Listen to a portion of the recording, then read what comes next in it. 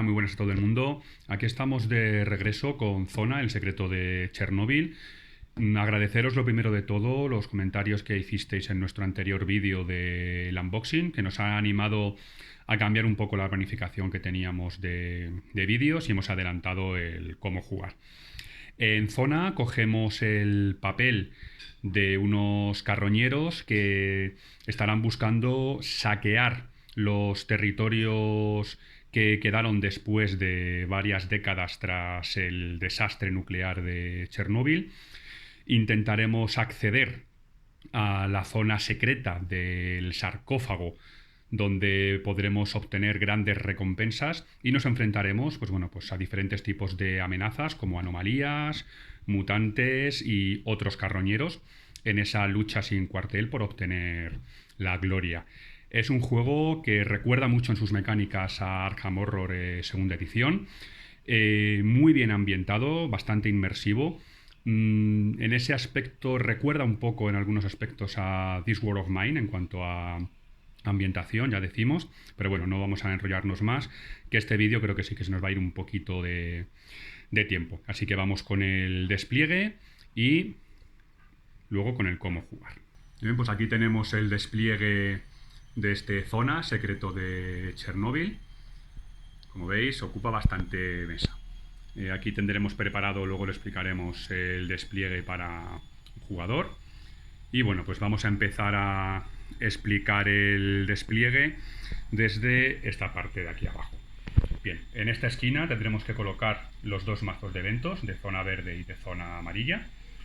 Nos viene aquí en el tablero indicado cuál es cada cual, no tiene pérdida ninguna. Pondremos aquí, barajado también, el mazo de cartas de eventos de sarcófago.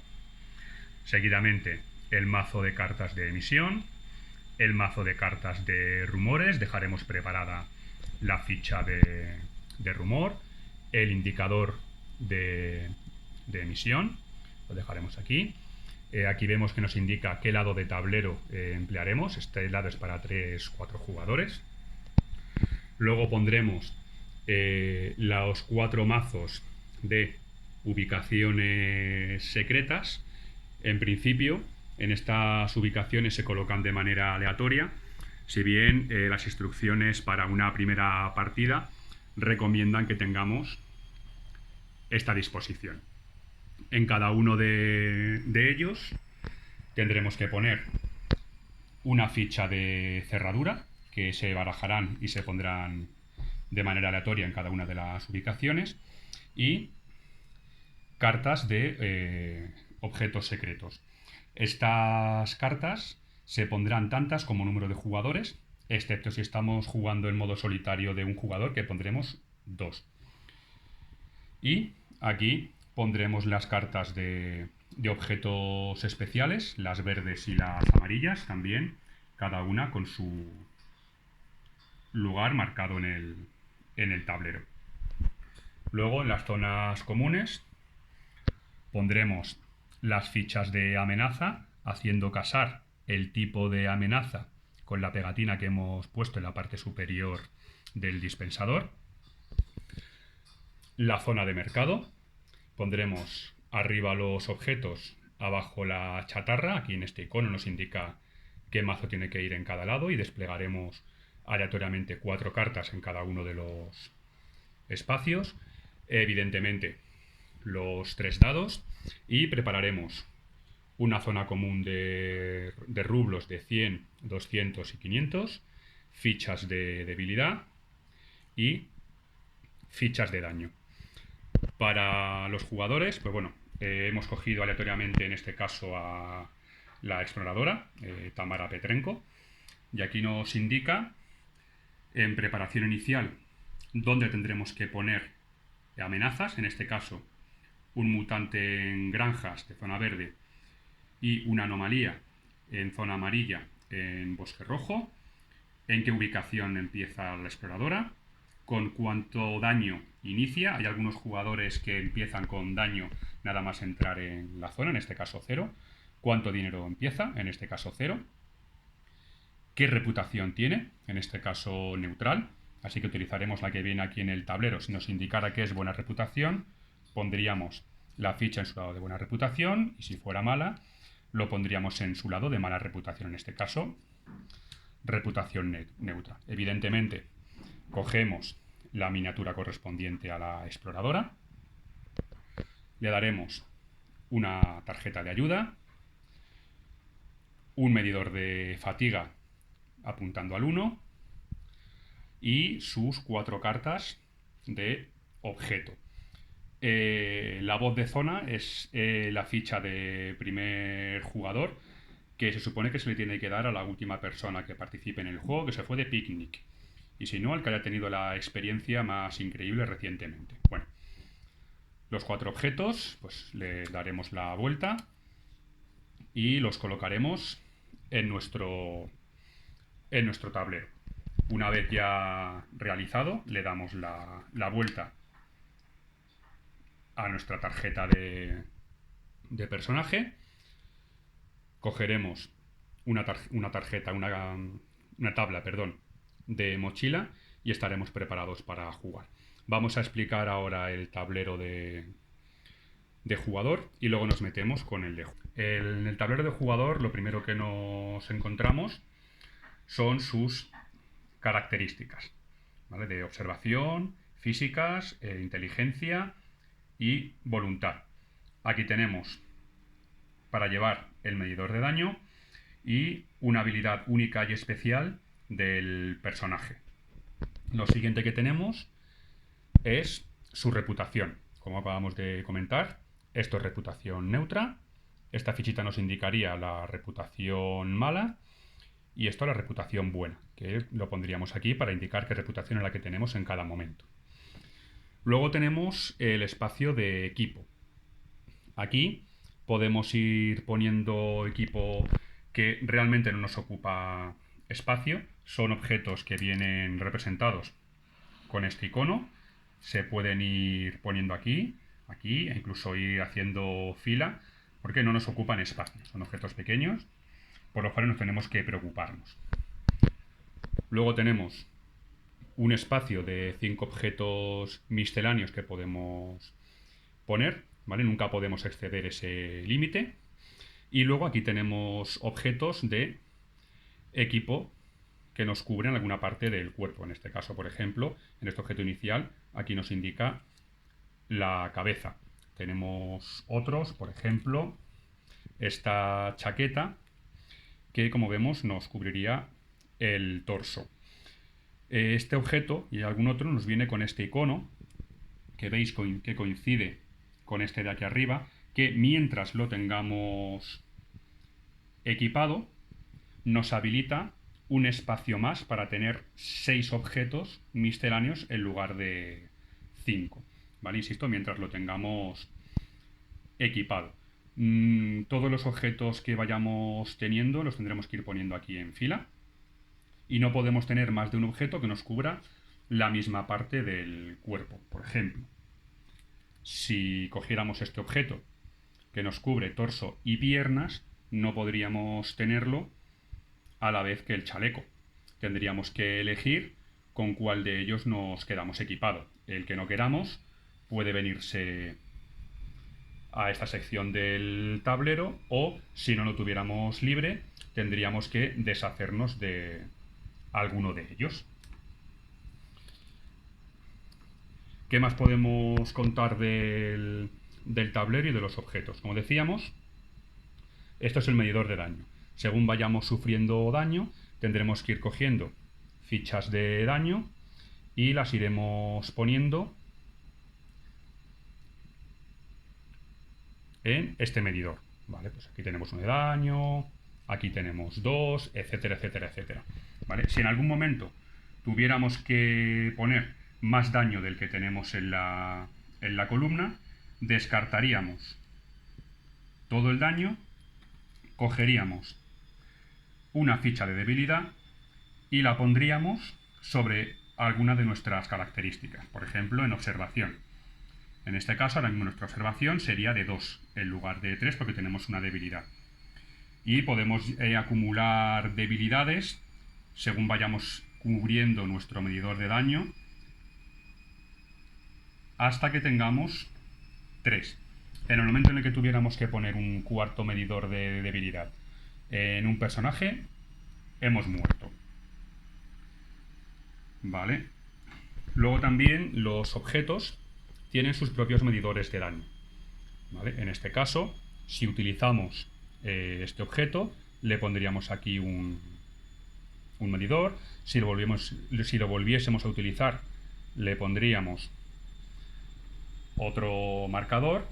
Y en el caso de que tuviéramos que poner alguno en un marcador que viene con esta X, utilizaríamos el objeto y el objeto en cuestión, por ejemplo este, se descartaría.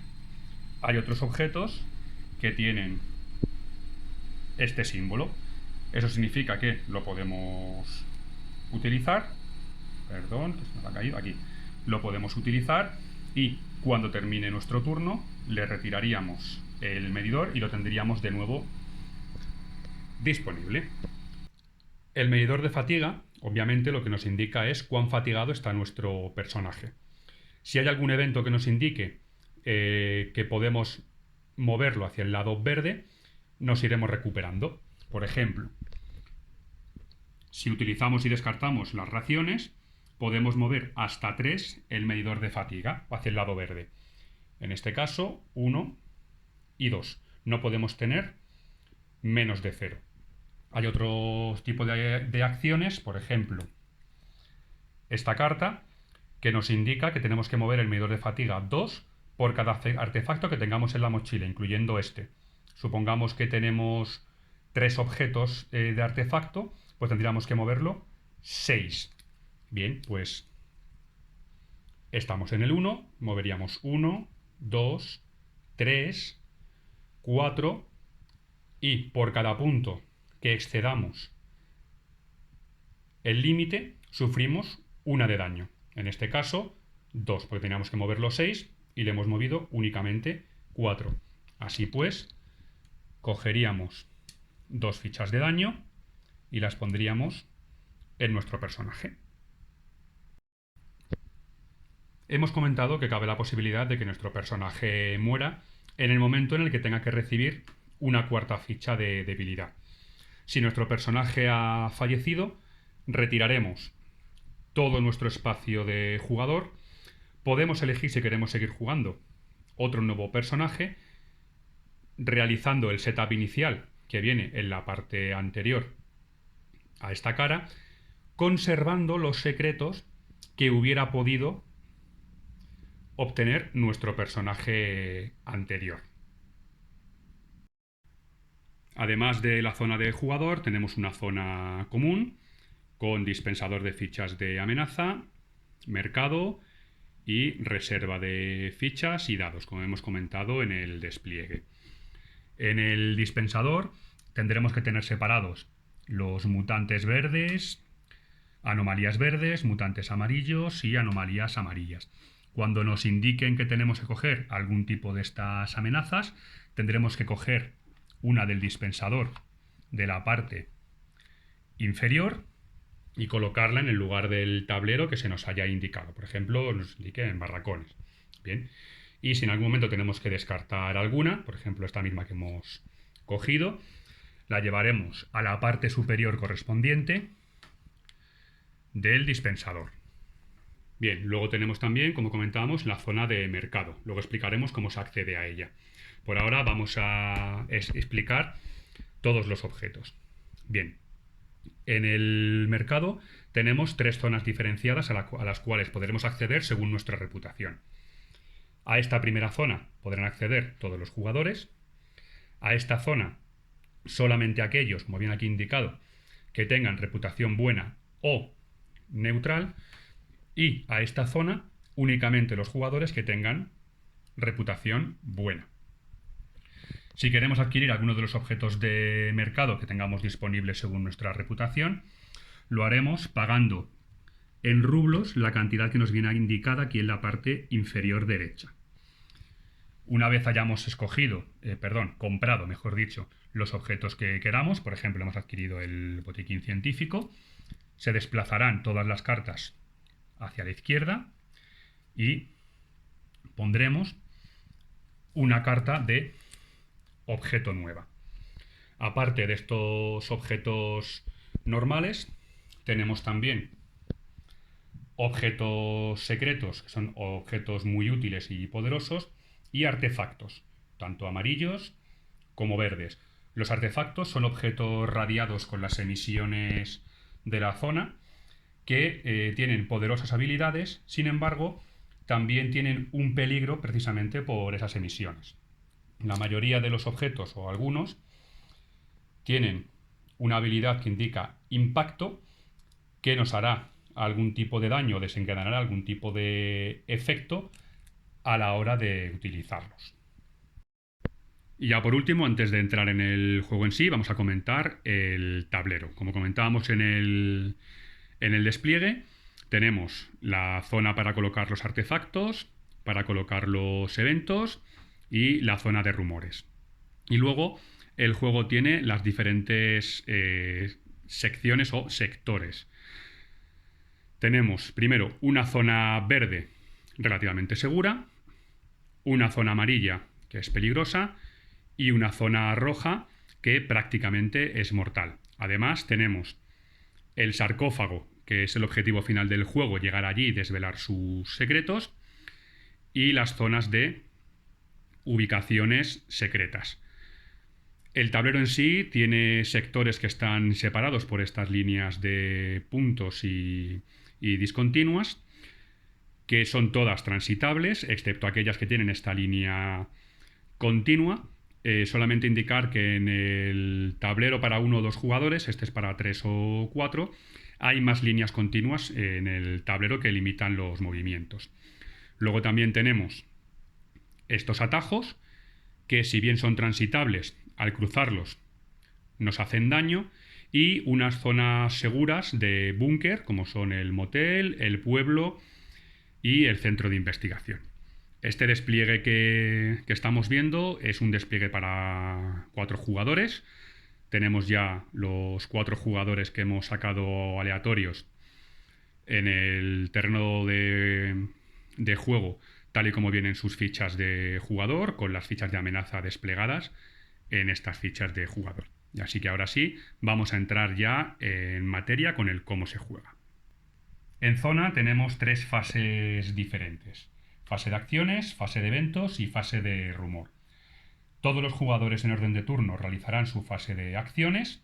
Una vez concluida, todos los jugadores por orden de turno ejecutarán la fase de eventos, y una vez concluida se ejecutará la fase de rumor. Vamos a entrar a ver ahora cada una de ellas en detalle. Durante la fase de acciones, los jugadores podrán realizar 2 acciones de entre todas las disponibles. La primera de ellas es la normal de mover, en la cual podremos desplazar a nuestro jugador, a nuestra peana, a una ubicación adyacente que sea transitable. Por ejemplo, la exploradora desde la frontera se puede mover al pueblo, se puede mover a la cantera, se puede mover a las granjas, a los pantanos o a los barracones. Recordemos que si cruzamos una zona que tiene un atajo, sufriremos ese daño. Si tenemos una amenaza en nuestra casilla de origen, no implica absolutamente nada. Si nos movemos a una casilla donde hay una amenaza, tendremos que enfrentarnos a ella. En este caso, si nos moviésemos al vertedero, tendríamos que enfrentarnos a la anomalía de sacudida antes de realizar cualquier tipo de acción. Si en lugar de movernos al vertedero nos moviésemos a las granjas, donde hay 2 fichas de amenaza diferentes, nos moveremos aquí y elegiremos a cuál de ellas nos podremos enfrentar. La segunda acción que tenemos disponible son las acciones de ubicación. Todas las ubicaciones tienen una acción que podemos realizar. Pues simplemente tendremos que ejecutar esa acción y obtener pues, el beneficio o realizar la acción que nos indique. También podemos buscar, que es enfrentarnos a una amenaza que tengamos en nuestro sector.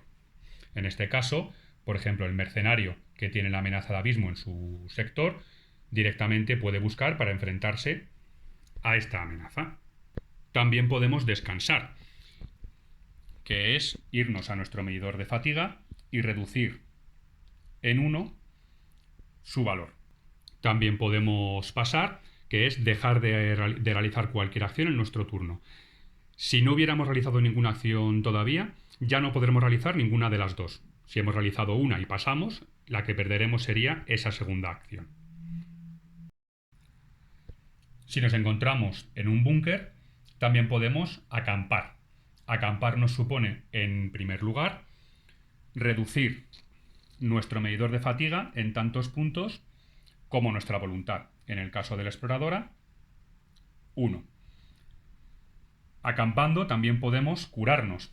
Por cada 200 rublos que nos quitemos de nuestro tablero, reduciremos en 1 el daño. También podemos reparar objetos. Por cada 100 rublos que nos gastemos, podemos reparar un daño de cualquier objeto. También acampando podemos vender objetos. Como comentábamos anteriormente, los objetos tienen aquí un valor. Obtendríamos ese valor que se ve reducido en 100 por cada ficha de daño que tenga el objeto que estamos intentando vender. También, acampando, tenemos acceso al mercado, como hemos comentado hace un momento. También podemos vender trofeos. Los trofeos son los mutantes que hemos derrotado. Por ejemplo, este mutante, en esta parte de aquí, tiene un valor, que son 500 rublos. Pues todos los mutantes que hemos derrotado los vamos guardando en nuestra zona de jugador y, acampando, podemos proceder a venderlos. Obtendríamos el dinero correspondiente y devolveríamos el mutante al dispensador de amenazas en la parte superior de la pila. Y ya por último, podremos abrir ubicaciones secretas. Las ubicaciones secretas tienen una ficha de cerradura como esta, que mientras estén mostrando esta cara, significa que están cerradas. Si estuvieran mostrando esta otra, estaría abierta y podríamos entrar utilizando simplemente una acción de movimiento, poniendo nuestra figura en cualquiera de los espacios que estén disponibles. En el caso de que esté cerrada, tendremos que cumplir primero este requisito. Si alguno de los requisitos, como es el caso, nos indica que sufrimos daño, en este caso 3 mental, o tenemos que fatigarnos, en este caso además también 3 de fatiga, no podremos, en el caso del daño, entrar en debilidad, o en el caso de la fatiga, exceder el 5 en nuestro medidor de fatiga. Una vez hemos cumplido los requisitos para abrir la ubicación, a esta ficha de cerradura le daremos la vuelta y nos situaremos dentro de la ubicación secreta. Una ubicación secreta que esté abierta, ¿vale? Para cualquier otro jugador, simplemente, como comentábamos, gastando un punto de movimiento, puede entrar. En el caso de que otro jugador quisiera entrar, si no hay espacios disponibles, no podrá entrar. Otras limitaciones que podemos tener a la hora de entrar en una ubicación abierta es que no tengamos más cartas de evento, se hayan descartado todas. En ese caso, en esta ubicación ya no se podrá entrar aunque se esté abierta. Si no hubiera cartas de secreto, no pasa absolutamente nada. Podemos entrar, podremos resolver los eventos correspondientes en la fase de eventos, pero no obtendremos los secretos. Si por cualquier motivo tuviéramos que enfrentarnos a cualquier amenaza en una ubicación secreta, ya sea una criatura o ya sea una anomalía, una vez resuelta se descarta. No se puede quedar ninguna amenaza en una ubicación secreta. La segunda fase que tenemos en el juego, una vez ya todos los jugadores han realizado sus acciones, es la fase de eventos.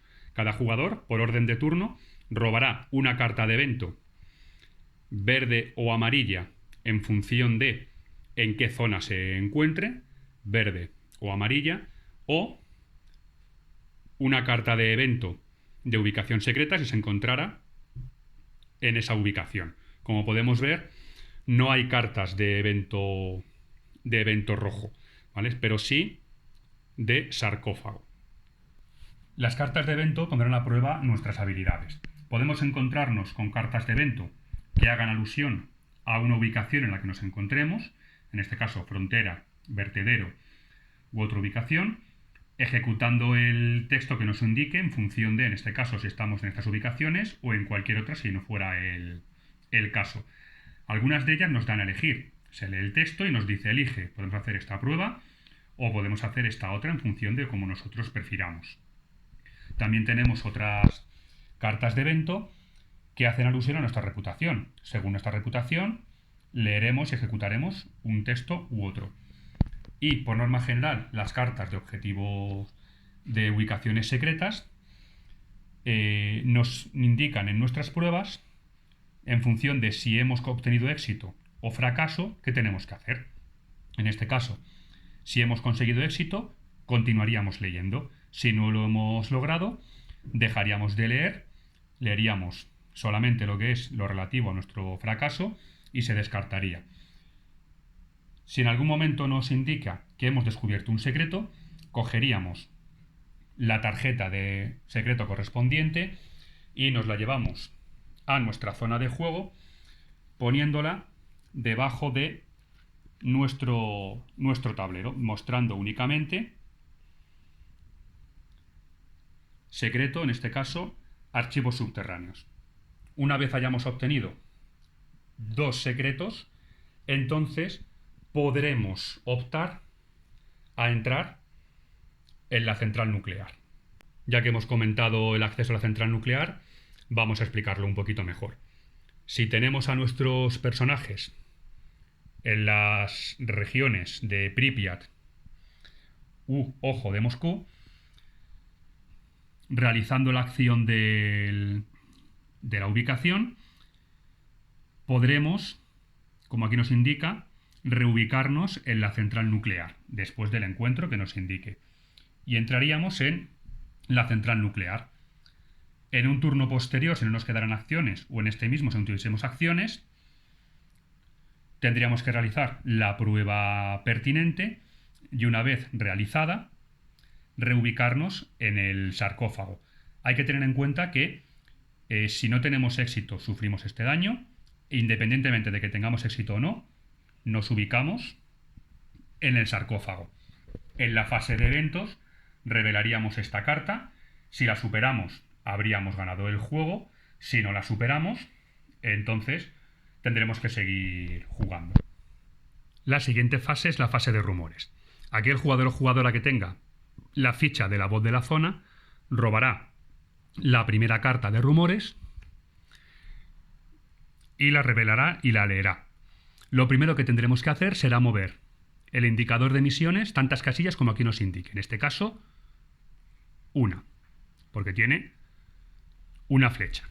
Si el indicador llegara en algún momento a la última casilla, se produciría una emisión. Luego lo comentamos. Una vez movido el marcador, tendremos que leer y ejecutar el texto.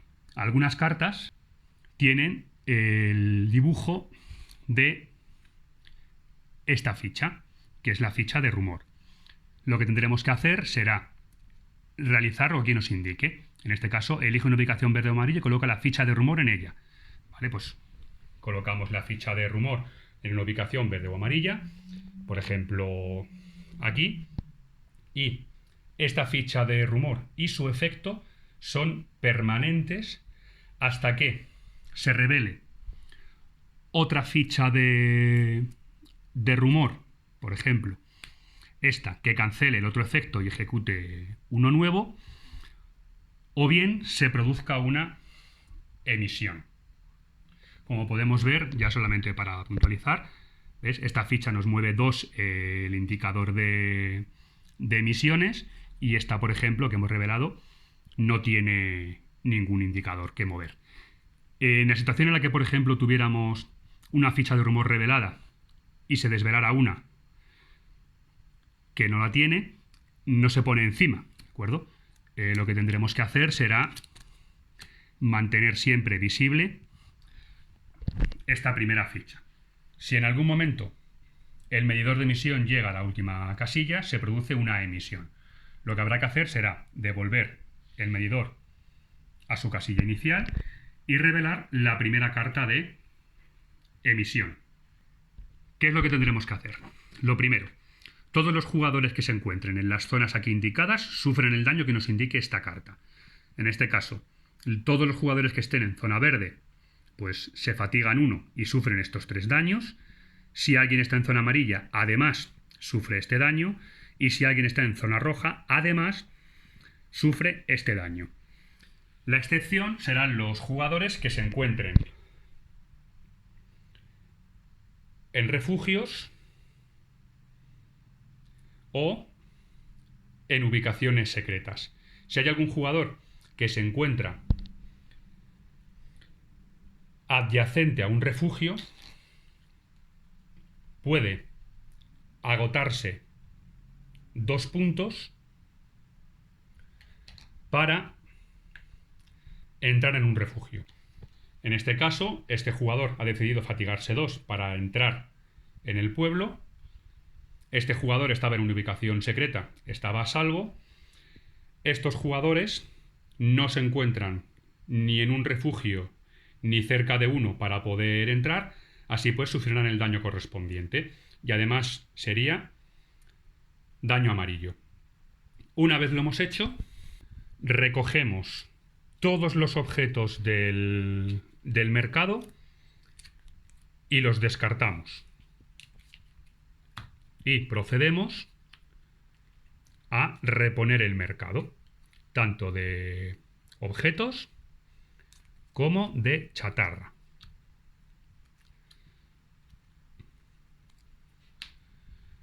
Después tendremos que retirar todas las amenazas del tablero, absolutamente todas las amenazas, y las repondremos según como nos indique aquí.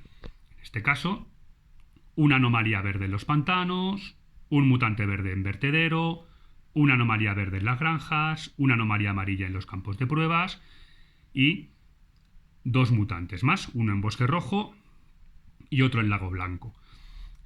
Con eso ya realizado, continuaremos leyendo y ejecutando la carta de rumor. Y para terminar la fase de rumores, la ficha de voz de zona se pasará al jugador o jugadora de la izquierda. Una vez explicadas las acciones, vamos a comentar primero los tipos de daño que podemos recibir y después cómo se tienen que resolver todas las pruebas. En el juego hay 3 tipos de daños diferentes. Tenemos daño por radiación, daño mental y daño físico. Es irrelevante el tipo de daño que suframos en tanto en cuanto a las fichas de daño que tengamos que recibir. Si un jugador, por ejemplo, fuera a recibir una de daño físico y uno de daño de radiación, serían 2 de daño, que pondría directamente 1 y 2. ¿Por qué es importante el tipo de daño? Porque hay algunos objetos que nos permiten prevenirlo. Por ejemplo, estos objetos le permiten a la exploradora prevenir daño radioactivo. Pues cogeríamos uno de los daños que íbamos a haber puesto aquí y lo podemos poner en uno de estos objetos. Además, la exploradora tenía unos guantes de lona que también le previenen daño físico. Así que en este ejemplo que hayamos dicho que iba a tener uno de daño físico y uno de daño por radiación, el segundo de daño lo podría poner en los guantes de lona, que como es un objeto perecedero, se descartaría y habría prevenido los 2 daños. Durante el juego, distintos tipos de eventos, de anomalías o de criaturas pondrán a prueba nuestras capacidades. Siempre harán alusión a alguna de nuestras 4 características: observación, físicas, inteligencia o voluntad. En el caso de la exploradora, respectivamente 3, 2, 3 y 1. Si tuviéramos alguna debilidad, reduciríamos en 1 su número, en este caso 2, ¿vale? Recordemos que no se puede tener más de una debilidad en la misma característica, y si llegáramos a acumular 4, a la hora de poner la 4, nuestro personaje habría muerto. Bien, vamos a poner el ejemplo de estas amenazas. Si fuéramos a enfrentarnos a alguna de ellas, tendríamos que darle la vuelta. Por ejemplo, vamos a enfrentar a el abrazo de Iván, que es una anomalía. Todas las amenazas, independientemente de que sean anomalías o de que sean criaturas, siempre tienen primero una prueba de observación para ver si nos hemos dado cuenta de que nos viene esa amenaza encima. Primero tendremos que leer el texto y ejecutarlo si fuera necesario, y después realizar la prueba pertinente. Si la superamos, pues obtenemos lo que nos indica en la parte verde, igual con los eventos, ¿vale? O sea, recordemos, aquí por ejemplo tenemos una prueba de voluntad de 4. Si la superamos, tendremos que leer la parte verde y seguir leyendo. Si no la superamos, leeremos la parte y ejecutaremos la parte roja y ya no podremos seguir leyendo. Bien, una vez superada la prueba de observación, tendremos que superar la siguiente prueba: de combate en el caso de enfrentarnos a esta bestia, o de inteligencia en el caso de estar enfrentándonos a la anomalía de el abrazo de Iván. Si superamos las dos pruebas, en el caso de la bestia obtendremos un trofeo que podremos vender a futuro si acampamos en un refugio por 600 rublos. Y en el caso del abrazo de Iván, obtenemos 2 artefactos verdes. Si no superamos alguna de las pruebas, sufriremos este daño, tanto la de observación como la del enfrentamiento. Y solamente indicar que, una vez superada la prueba de observación, no estamos obligados a realizar la segunda prueba, pero si no lo hacemos, la anomalía seguirá en esa sección. Por ejemplo, supongamos que la exploradora ha decidido enfrentarse a esta anomalía, ha fallado la prueba de observación y considera demasiado arriesgado hacer frente a la prueba de inteligencia. Por lo tanto, le vuelve a dar la vuelta a la ficha de anomalía, que se mantendría en esa ubicación. Y ahora vamos a pasar a explicar cómo se resuelven estas pruebas. Para poner a prueba nuestras habilidades, tendremos que tirar los 3 dados. Los dados tienen 4 opciones diferentes. Un menos, que evidentemente nos resta; un más, que nos suma; radiación, que si sale 1 no pasa absolutamente nada, pero si salieran 2, sufriríamos 1 de daño por radiación. Recordemos que es este amarillo, que bueno, en este caso podríamos paliarlo descartando el objeto porque ya es el último punto a utilizar. Y por último tendremos espacios en blanco. Supongamos que nuestra exploradora se va a enfrentar a esta bestia. Bien, este texto nos indica: cada resultado en blanco que salga como resultado durante la prueba de observación y la prueba de confrontación se convierte en menos. Bueno, pues vamos a tirar nuestros dados. Bien, y mira, hemos obtenido una tirada bastante buena. Tenemos un resultado de observación que no tiene ningún tipo de repercusión y tenemos 2 símbolos de más.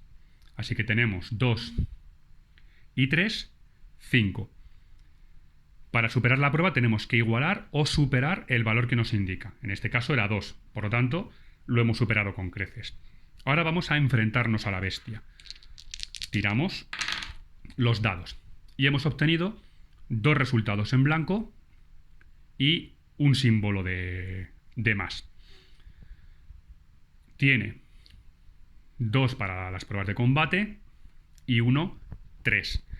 En principio lo habría superado. El problema que tenemos es que, según este texto, cada resultado en blanco durante la prueba de observación y la de confrontación se convierten en menos. Así que esto es un menos, esto es un menos, así que ahora nuestro resultado final, esto se anula, es 2 menos 1, 1. No lo hemos superado. Ahora lo que podemos hacer es hacer uso de nuestros objetos. Por ejemplo, La exploradora está armada con un Kalashnikov. Bueno, pues utiliza su Kalashnikov. Nos indica que es para pruebas físicas contra mutantes. Lo que hace es que nos agrega un símbolo de éxito y nos quita un símbolo de negativo. Por lo tanto, nos quita un símbolo negativo y nos pone uno positivo. Esto se sigue anulando, pero ahora tenemos 2 y 1, 3. Conseguimos igualarlo. Ha superado la prueba y ha derrotado a la bestia. Cogerá esta ficha como trofeo que pondrá en su tablero de jugador. Cuando acampe en un refugio, podrá venderlo por 600 rublos. En el caso de que no hubiera conseguido superarlo, habría recibido 2 de daño físico, que no tiene objetos ahora mismo para poder superarlos, por lo tanto serían 2 de daño físico y 1 de daño gris. Este daño gris significa que es uno cualquiera, a nuestra elección. Pues en este caso, por ejemplo, la exploradora decide utilizar el traje de carroñero, dañarlo para prevenir ese último daño y se pondrá 2 de daño. Indicar simplemente que durante una prueba podemos fatigarnos 1 para volver a tirar cualquier dado. Pongamos que hemos obtenido este resultado y no podemos utilizar otro objeto o no queremos. Pues cogeríamos cualquier dado y lo volveríamos a tirar fatigándonos 1. Como hayamos comentado, nuestro objetivo del juego es llegar al sarcófago y desvelar sus secretos. Todas las tarjetas de sarcófago tienen una parte inicial con una serie de pruebas a realizar y si las conseguimos nos indica gira la carta y sigue leyendo. Bien, pues giraríamos la carta y leeríamos. No la hemos enseñado mejor para evitar hacer spoiler de ninguna de ellas. Esa es la manera en la que uno y solo uno de los jugadores podrá ganar. Si en algún momento tenemos que robar una carta de evento de sarcófago y no quedaran, los carroñeros han tardado demasiado tiempo y todos los jugadores han perdido. Ya para terminar, unas puntualizaciones del modo solitario. Una vez realizado el setup de nuestro personaje y colocadas las amenazas donde se nos indique, robaremos una tarjeta de personaje aleatoria y pondremos estas amenazas que nos indique esa carta. Esto ya se descarta, no nos sirve absolutamente para nada. Colocaremos 2 cartas de secreto en cada una de las ubicaciones secretas. Descartaremos sin ejecutar 5 cartas de rumor y con eso estaríamos preparados para jugar el modo solitario exactamente igual que como hemos comentado. Lo único que hay que tener en cuenta es que cuando los rumores hagan alusión a que la voz de la zona tiene que elegir entre varias ubicaciones, siempre hará alusión a la ubicación en la que nos encontremos. Si tuviéramos que elegir algún tipo de amenaza, siempre elegiremos la amenaza que tenga un mayor valor, un mayor valor en observación. Y si aún así todavía no sabemos cómo resolverlo, nos indican las reglas que nosotros podemos elegir qué hacer. Nosotros habitualmente lo que solemos hacer es ver qué es lo que nos complica el juego y ejecutarlo de esa manera, en lugar de hacerlo más fácil. Y esto es Zona, el secreto de Chernóbil. Un juego que quizá de inicio de reglamentación pueda parecer que nos abrume un poco, pero es un juego muy directo, muy sencillo de aprender a jugar. Enseguida te ves inmerso en su narrativa, muy logrado, muy pulido y complejo, ya decimos, no en tanto en cuanto a su mecánica, sino en tanto en cuanto a su resolución. Bueno, ahora las partidas que hemos echado hemos conseguido ganar, pero muy, muy, muy, muy, muy apurados, muy apurados. Y tiene unos finales muy grises. No, el juego en sí, tanto en su resolución como en las decisiones a tomar, muchas veces nos deja con un sabor agridulce que quizá moralmente no sea todo lo que nos hubiera gustado. De ahí también que sea un juego para mayores de 18 años. Como decimos, muy recomendable, bajo nuestra humilde opinión, un juegazo. Le podemos dar con total tranquilidad 4 estrellas y insistimos, recomendamos muchísimo su adquisición. No es de los juegos más caros del mercado, de hecho parece que últimamente se ha puesto muy de moda que los juegos tengan unos precios bastante desorbitados, pero este es un juego razonable y asequible en tanto en cuanto a la calidad de sus componentes y a la calidad del juego, y que a buen seguro que podréis disfrutar y lo pasaréis muy bien. Muchísimas gracias por ver este vídeo. Mm, Se nos ha extendido un poquito más de lo que hubiéramos deseado, pero bueno, esperamos que lo hayáis disfrutado y que os podamos ayudar. Dejadnos abajo en comentarios cualquier duda que podáis tener e intentaremos resolverla lo antes posible. De nuevo, muchas gracias y nos vemos en el siguiente vídeo.